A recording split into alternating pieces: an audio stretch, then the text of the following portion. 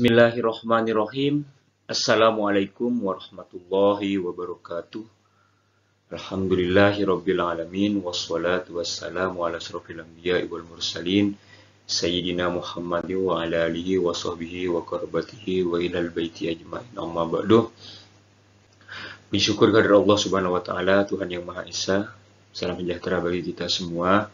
Pada kesempatan kali ini kita masih diberikan kesehatan dan juga kesempatan tentunya oleh Allah Subhanahu wa taala dan juga oleh Tuhan yang Maha Esa untuk melanjutkan perkuliahan kita khususnya kepada mahasiswa pendidikan agama Islam dan pendidikan bahasa Arab di FTIK IAIN Pontianak, tapi tidak menutup kemungkinan juga video kali ini, video-video yang terdapat dalam channel YouTube saya ini dapat menjadi bahan dalam perkuliahan bagi mahasiswa-mahasiswa di jurusan lain atau di kampus lain, ya, sepanjang itu dirasa bermanfaat ataupun memiliki relevansi dengan perkuliahan yang sedang diikuti oleh mahasiswa maupun masyarakat umum dan juga guru. Ya, kami sangat merasa senang sekali jika dapat membagikan informasi terkait dengan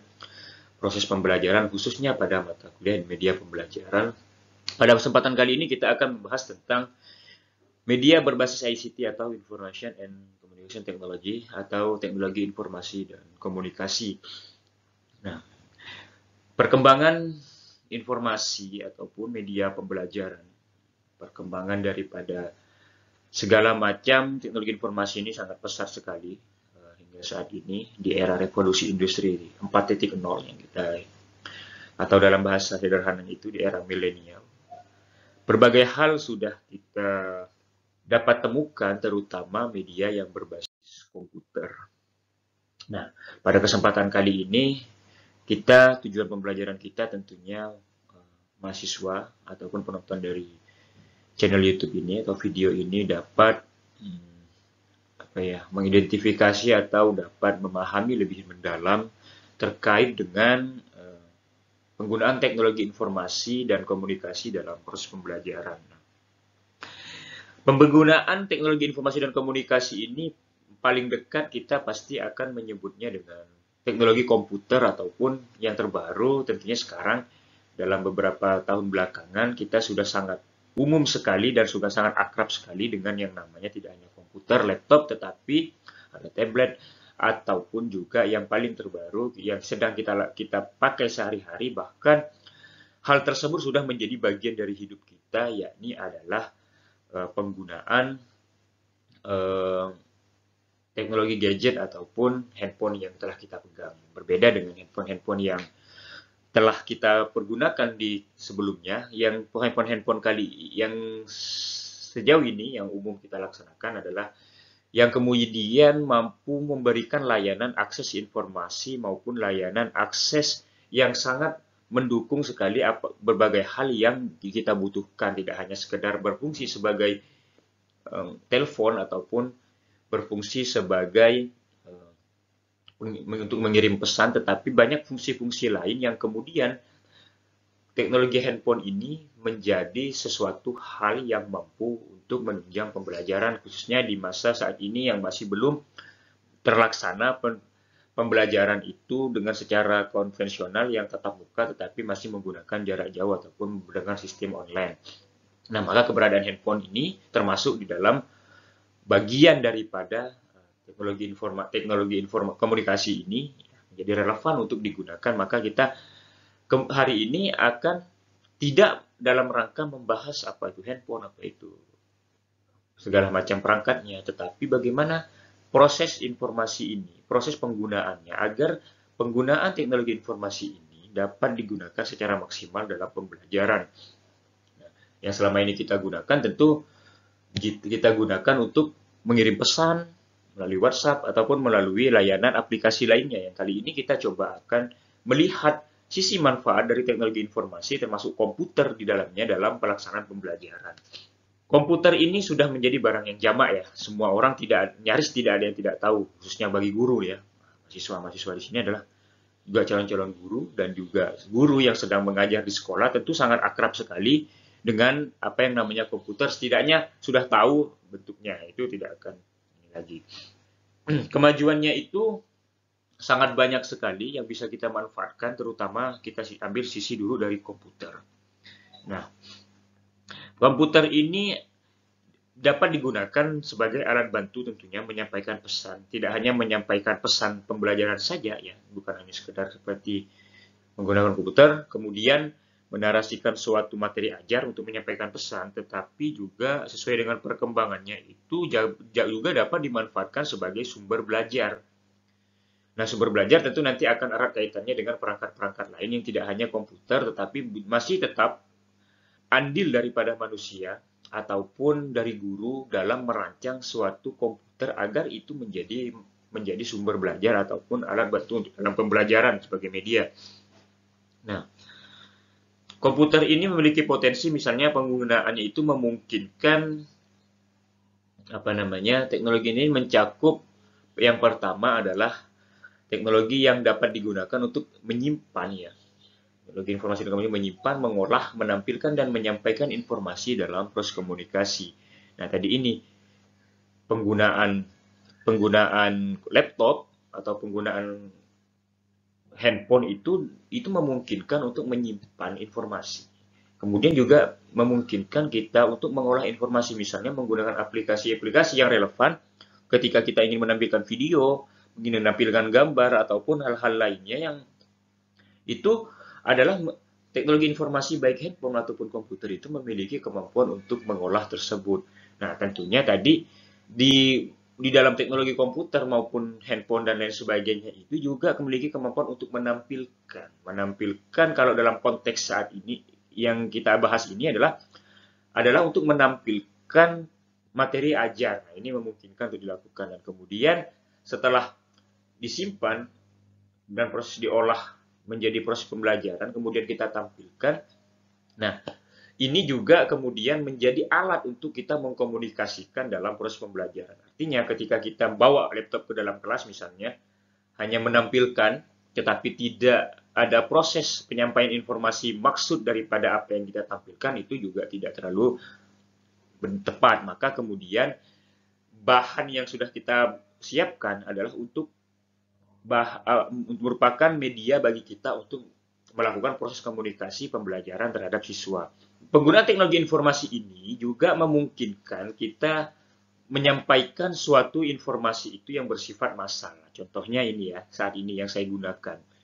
Kita berada di jarak yang sangat jauh sekali, bahkan puluhan sampai ratusan kilometer, bahkan yang di luar daerah ya tidak terbatas ya, tetapi dengan hadirnya media YouTube, proses pengolahannya itu menggunakan handphone ataupun laptop, menggunakan aplikasi-aplikasi yang penunjang, sehingga ini bisa di setting ataupun kita olah menjadi sesuatu yang kemudian dapat menjadi suatu proses komunikasi ataupun informasi yang bersifat massal dan juga yang bersifat jarak jauh. Yang bersifat massal misalnya penggunaan komputer dengan perangkat infocus itu untuk mengatasi keterbatasan ketika kita menghadapi siswa ataupun melaksanakan proses pembelajaran dalam jumlah banyak. Sehingga kehadiran daripada infocus menggunakan komputer ataupun aplikasi PowerPoint sebagai penunjang atau aplikasi lainnya menjadi solusi ketika ingin menyampaikan sesuatu agar dapat diterima oleh orang yang dalam bentuk yang banyak. Tentunya yang sempat bersifat klasikal, yang individual tentunya secara general pasti juga bisa. Orang bisa menggunakan teknologi informasi pesan itu secara individual ataupun secara klasikal. Kemudian tentunya kita ketahui bersama teknologi informasi dan komunikasi ini memberikan kemudahan dan kesempatan yang lebih luas kepada pembelajar dan dalam pelajar.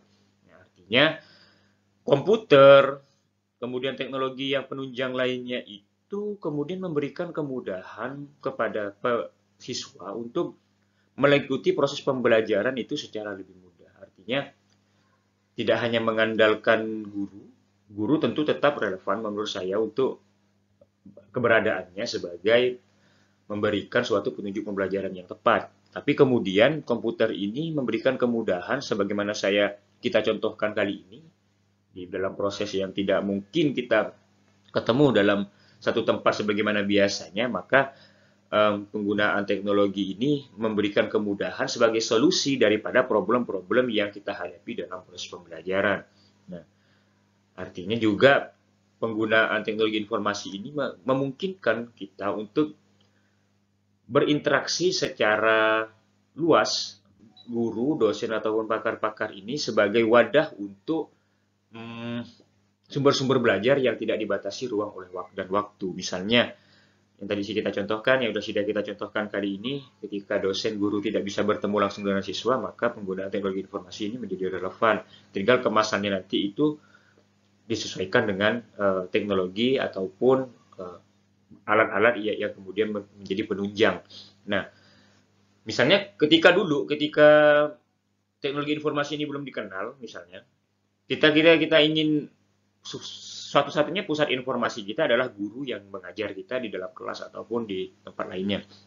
Nah, kemudian dengan hadirnya teknologi informasi ini yang lebih maju sekarang ini, kita dapat mengakses misalnya penjelasan-penjelasan ataupun informasi-informasi yang dijelaskan oleh pakar-pakar yang letaknya itu mungkin ataupun domisilinya tidak berada di sekitar kita, sehingga kita tidak memungkinkan untuk hadir secara langsung. Selain biaya yang mahal, juga belum tentu secara mudah kita dapat bertemu, sehingga dengan hadirnya misalnya channel YouTube ataupun platform media lainnya itu memungkinkan kita dapat menyerap informasi yang disampaikan oleh pakar ataupun sumber-sumber lainnya itu secara luas. Namun tentu nanti akan ada kelemahan dari sisi itu, nanti akan kita jelaskan di slide selanjutnya. Kemudian teknologi dalam komputer terutama, dan juga ini sebenarnya juga berlaku dalam penggunaan media telepon seluler juga. Nah, kategori dalam teknologi komputer itu ada yang disebut dengan hardware dan software. Tentu ini saya tidak akan jelaskan lagi, ini komponennya. Hardware itu sebagai alat penunjangnya, kemudian software itu sebagai teknologi ataupun aplikasi yang kemudian mensupport daripada penggunaan komputer. Misalnya kita hanya punya komputer tetapi tidak ada aplikasi untuk edit video, tidak ada aplikasi PowerPoint, tidak ada aplikasi Microsoft Office. Nah, kalau tidak ada aplikasi tersebut, komputernya juga tidak bermanfaat ataupun tidak ada Windows-nya. Aplikasi Windows-nya itu ya sebagai kalau dalam teknologi komputer. Dan aplikasi-aplikasi lainnya itu yang dimaksud dengan software. Nah, dalam komponen komputer ya. Kemudian dalam teknologi multimedia itu ada membaginya ya. Setidaknya ada beberapa hal. Kemudian ini juga hanya salah satu contohnya. Ada teknologi kamera digital saat ini untuk perekaman, misalnya ketika kita akan membuat video. Kemudian kamera video. Nah, kamera video ini sebagaimana yang saya pakai kali ini, ya kan? Suara player suara artinya proses perekaman suara, kemudian player video artinya seperti player suara itu artinya aplikasi yang memungkinkan kita untuk menampilkan suara, yang juga player video itu banyak sekali aplikasi-aplikasi penunjang yang kemudian untuk memvisualisasikan atau player video itu aplikasi yang mensupport untuk menampilkan suatu video dan lain sebagainya, itu multimedia. Nah, termasuk channel YouTube ini, ketika kita punya video, kita tampilkan, kalau tidak ada YouTube-nya juga kalian tidak bisa melihat, karena adanya bantuan daripada teknologi multimedia dari salah satunya adalah channel YouTube ini, maka itu kemudian menjadi perantara daripada informasi yang saya sampaikan melalui video ini. Nah, teknologi komunikasi itu jenisnya ya tentu kayak gitu ya sudah tahu, misalnya ada telepon seluler, atau smartphone kali ini. Nah, itu kan saya tidak aktifkan. Fax email, tapi kayaknya kalau fax email ini sudah agak jarang ya digunakan. Tapi masih ada.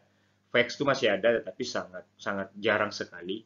Ini saya hanya menyampaikan beberapa teknologi komunikasi. Sebenarnya ini sudah beberapa yang saya tampilkan adalah teknologi yang sudah ketinggalan ya, artinya yang lama, tetapi tidak apa-apa, minimal menjadi informasi kepada mahasiswa ataupun masyarakat yang lahir, artinya yang masih muda-muda yang mungkin tidak ketemu penggunaan teknologi-teknologi ini. Misalnya kayak Vexemail. Kalau sekarang Vexemail jarang digunakan, orang lebih menggunakan teknologi misalnya email ataupun langsung menggunakan WhatsApp ketika ingin menyampaikan surat itu misalnya ya. Bisa di foto ataupun di convert dulu dalam bentuk PDF kemudian dikirimkan melalui email ataupun melalui WhatsApp. Itu sudah sangat lebih praktis lagi daripada Vexemail. Yang dulu itu harganya relatif mahal karena kita harus memiliki jaringan telepon terlebih dahulu dan juga memiliki perangkat untuk menerima pesan melalui Vexemail. Nah, silahkan yang belum tahu nanti coba saya diperdalam apa itu si Vexemail ataupun hal-hal lainnya. Nah, kemudian ada yang namanya juga teknologi jaringan komputer. Jaringan komputer itu adalah yang sebagaimana kita gunakan sehari-hari gitu ya. Dalam sisi hardware-nya itu nanti untuk menunjang daripada internet itu ada yang menunjang daripada komputer itu ada yang namanya LAN. LAN ini yang menggunakan teknologi internet tetapi menggunakan kabel masih. Nah, itu sekarang pun saya rasa masih ada digunakan tetapi sangat jarang sekali. Rata-rata orang menggunakan ada namanya teknologi WiFi. Rata-rata sampai di warung kopi, di rumah-rumah pun kita menggunakan WiFi. Nah, ini itu harus dipahami. Sedangkan dari sisi softwarenya itu aplikasi-aplikasi web.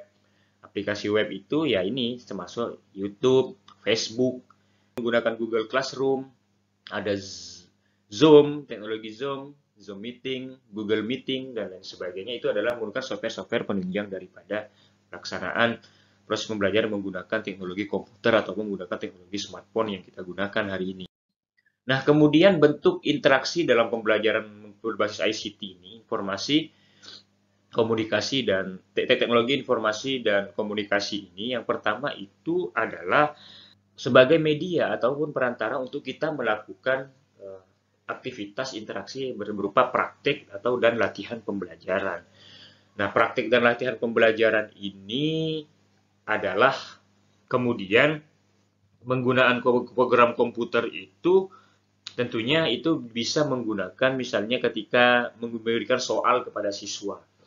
Ya, memberikan soal kepada siswa itu tentunya ditunjang dengan aplikasi yang lainnya ini.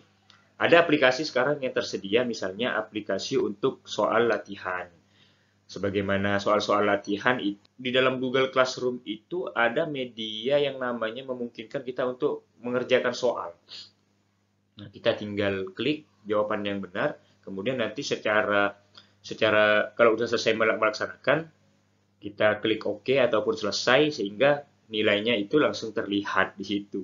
Nah, ini artinya komputer bisa guna. Kalau dulu kita ketika mau melakukan latihan ya, terutama latihan soal ataupun latihan-latihan dalam bentuk lainnya atau praktik-praktik dalam bentuk lainnya, itu kita harus mengandalkan yang namanya teknologi ya. Soal-soal latihan itu kita harus penggunaan kertas. Nah, itu sangat mahal sekali dan sangat boros sehingga sekarang melalui handphone pun udah bisa ikut latihan soal. Banyak itu misalnya soal-soal latihan tes CPNS itu banyak juga. Soal-soal latihan masuk perguruan tinggi itu bisa kita gunakan demikian. Nah, dalam sisi praktik misalnya itu teknologi informasi ya tentu disesuaikan dong dengan kebutuhan daripada jenis kompetensi yang diinginkan. Bisa saja praktik ini misalnya praktik sholat, nah, itu nanti bisa menggunakan bantuan-bantuan itu atau praktik dalam mata pelajaran agama Islam ataupun praktik-praktik misalnya pembelajaran bahasa Arab, berbicara atau muhadasah. Nah, itu juga bisa menggunakan teknologi informasi dan komunikasi ini. Kemudian fungsi dari ICT ini atau komputer, smartphone dan lain sebagainya itu sebagai juga dapat menampilkan suatu tutorial. Artinya siswa itu ketika ingin mempraktekkan sesuatu yang terkait dengan pembelajarannya itu, maka sebagai guru kita dapat menampilkan suatu tutorial agar apa yang ingin kita sampaikan kepada siswa ataupun ingin memberikan pelatihan kepada siswa itu lebih mudah dipahami melalui tutorial, artinya petunjuk-petunjuk dari proses. Nah, selanjutnya penggunaan komputer, teknologi informasi lainnya itu bisa digunakan sebagai adalah games atau permainan. Games atau permainan ini fungsinya dalam pembelajaran kita tidak melulu di dalam kelas itu agar tidak terlalu membosankan, maka penggunaan komputer untuk permainan atau games itu bisa juga digunakan tergantung dengan kebutuhan. Bisa saja permainan itu berfungsi sebagai penguat daripada materi ajar ataupun hanya digunakan untuk mencairkan suasana agar tidak terlalu tegang ataupun meningkatkan antusiasme siswa terhadap pembelajaran. Nah, kemudian juga memiliki fungsi atau bentuk interaksi yang bisa digunakan adalah simulasi. Simulasi misalnya kita menampilkan contoh ketika kita melaksanakan ibadah haji di Mekah kalau pembelajaran PAI, atau contoh interaksi simulasi ketika kita akan melaksanakan wudhu. Nah, ini bisa kita menampilkan dalam bentuk video, gambar, ataupun lain sebagainya melalui basisnya adalah dari handphone ataupun komputer. Dan yang selanjutnya bentuk interaksi adalah penemuan. Nah, penemuan ini kita bisa meminta kepada siswa untuk mencari sumber-sumber informasi melalui teknologi ini. Sumber-sumber informasi kita menyampaikan suatu petunjuk pembelajaran, kemudian meminta siswa untuk menemukan jawaban terhadap apa yang ingin kita cari, agar siswa itu terlihat proses interaksi ataupun proses pembelajaran itu lebih aktif, tidak hanya melulu menggunakan guru sebagai satu-satunya proses ataupun sumber pembelajaran. Maka bentuk interaksi penemuan ini artinya mengajak siswa menemukan sesuatu tergantung apa yang ingin kita cari dari proses pembelajaran. Nah, ini bisa kita gunakan dalam menggunakan teknologi ICT ini. Kemudian pemecahan masalah. Nah, hal-hal yang tidak bisa kita solusi-solusi terhadap proses permasalahan itu bisa kita pecahkan melalui bantuan daripada media-media teknologi informasi dan komunikasi ini. Kita banyak sekali nanti ditemukan dalam menggunakan basis komputer. Nah, itu juga sebagai bentuk interaksi dari ICT ini sebagai media untuk mengajak siswa dalam pemecahan masalah. Selanjutnya kita akan masuk kepada pembelajaran online dan e-learning. Nah, pembelajaran online dan e-learning ini yang kita praktekkan sekarang, yaitu yang pertama paradigmanya adalah sumber informasi pembelajaran, yaitu mengandalkan sumber pembelajaran yang tersedia dalam internet. Artinya yang tersedia di internet ini tadi, semua hal dari Google, dari apa dan sebagainya, sepanjang itu relevan dengan pembelajaran, maka itu bisa menjadi sumber dalam pembelajaran. Tentu tetap kehadiran guru sebagai pengawasan ataupun mendampingi siswa, dan itu tetap diperlukan. Kemudian proses pembelajaran e-learning ini berlangsung dengan memanfaatkan teknologi elektronik. Ya, ini e-learning ini pertama menggunakan komputer, menggunakan handphone, smartphone, nah kemudian perangkat-perangkat lainnya yang sebagai penunjang. Nah, kalau electronic learning itu yang biasa kita gunakan adalah Zoom Meeting, Google Meet, tapi memang biayanya sangat mahal. Biaya maksud saya paket datanya, belum lagi kita masuk kepada persoalan-persoalan misalnya tidak tersedianya jaringan internet yang memadai, terutama misalnya di Kalbar ini masih banyak daerah-daerah yang tidak memiliki akses internet yang baik sehingga sangat terhambat. Nah, ini beberapa problemnya ya, tetapi yang jelas adalah pembelajaran learning ini merupakan solusi daripada problem misalnya tidak bisa pembelajaran itu tidak bisa tetap muka ataupun ingin mendapatkan informasi lebih dari sekedar apa yang kita sampaikan, yang disampaikan oleh guru. Nah, paradigma dalam pembelajaran berbasis online ini adanya perubahan peran guru. Cara belajar yang lama atau konvensional itu sebagai satu-satunya sumber informasi, maka dengan pembelajaran online ataupun elektronik menggunakan fasilitas elektronik learning ini, peran guru pertama sebagai pendidik yang di dalam kelas secara bertemu secara langsung, sekarang perannya adalah sebagai semacam fasilitator yang bisa dari jarak jauh, tetapi juga siswa tidak hanya mengandalkan pusat informasi hanya dari guru, bisa mengambil informasi-informasi itu dari berbagai sumber yang tersedia di dalam internet. Nah, itu artinya dulu kalau guru satu-satunya informasi adalah guru, kemudian guru menggunakan buku, hanya itu saja. Sekarang siswa memungkinkan ya untuk tetap mendapat informasi dari sumber lain atau yang dirasa ingin dianggap harus ditingkatkan lagi informasi-informasi tersebut, sehingga perubahan peran guru ini demikian, tidak hanya menjadi satu-satunya info. Artinya guru itu tidak menjadi satu-satunya pusat informasi. Nah, perubahan pengelolaan pembelajaran. Ya, jadi guru tidak hanya sekedar ngomong sendiri, tetapi juga dapat melibatkan siswa secara aktif dalam proses pembelajaran itu ketika menggunakan online learning ini. Nah, pengelolaan pembelajaran yang tadinya kita bertemu tatap muka di kelas, ada pengelolaan kelasnya. Nah, model pengelolaan kelasnya tetap ada, mungkin kalau menggunakan Zoom Meeting atau Meet, tapi polanya itu berbeda. Nah, seperti saya misalnya di YouTube ini. Karena saya menyadari kalau kita online langsung secara bersamaan, tentunya ada yang tadi tidak memiliki sinyal yang baik, sehingga kemudian solusi salah satunya yang saya menggunakan electronic learning ini, ya ini saya menggunakan yaitu channel YouTube-nya. Jadi kemudian relevan dengan yang nomor 3, kemudian pembelajarannya itu ketika menggunakan channel YouTube karena direkam dalam channel YouTube, sehingga pembelajaran itu dapat dilakukan dimanapun dan kapanpun. Nah, tentunya nanti guru tinggal di setting lagi pengelolaan pembelajarannya. Artinya diberikan batas waktu untuk mengikuti perkuliahan ini misalnya, atau pembelajaran ini sampai batas waktu yang telah ditentukan.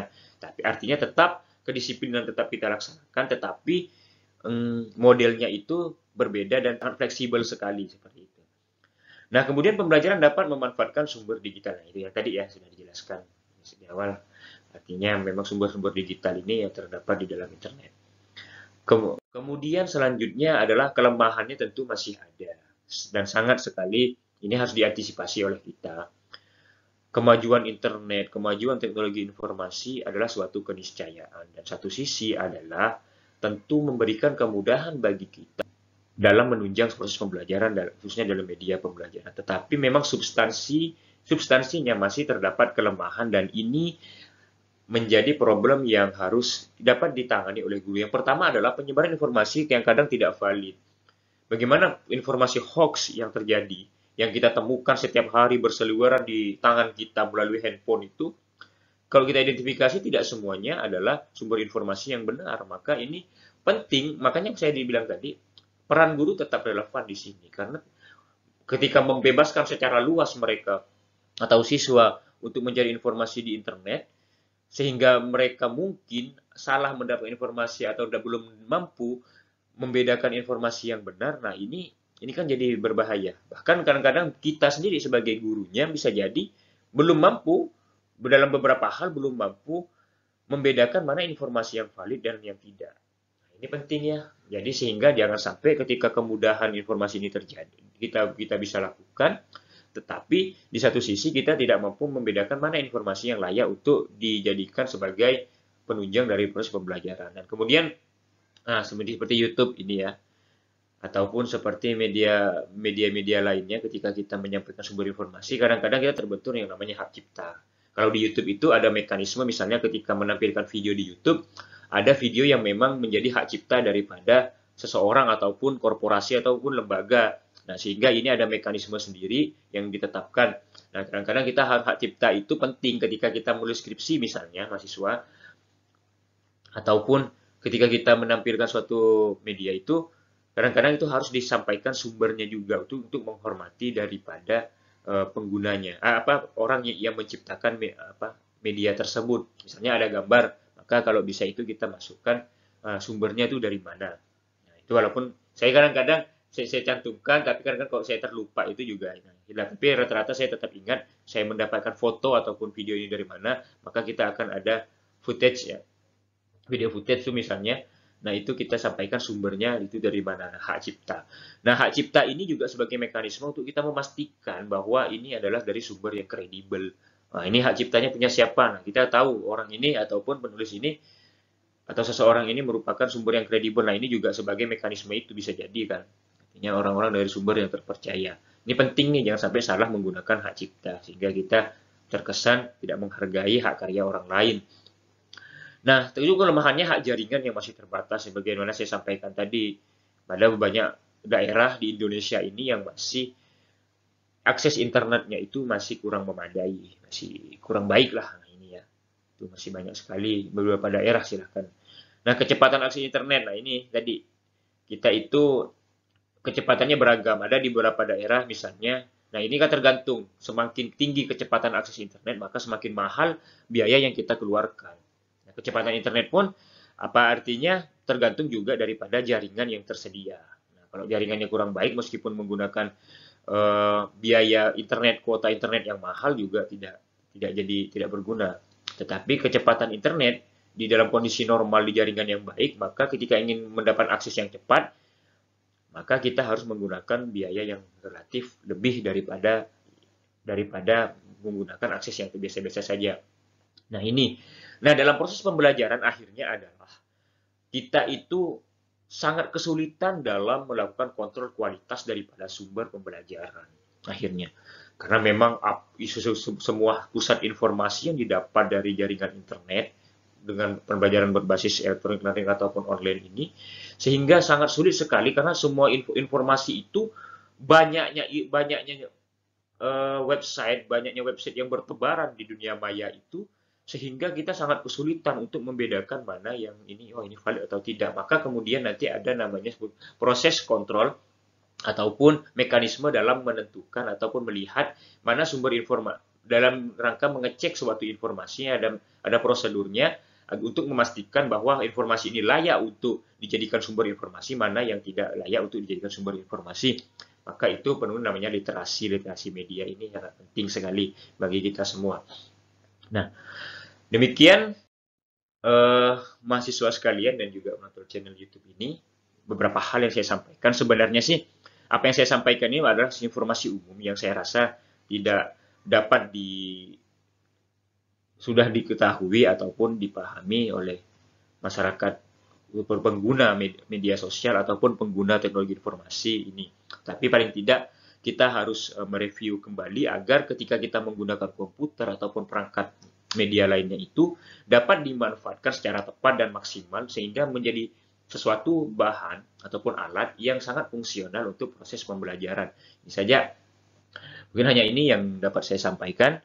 Mohon maaf apabila ada salah kata saya selama perkuliahan ini berlangsung. Semoga bermanfaat bagi kita semua. Sampai berjumpa di pertemuan selanjutnya. Saya akhiri. Wallahul muwaffiq ila aqwamit thoriq. Wassalamualaikum warahmatullahi wabarakatuh.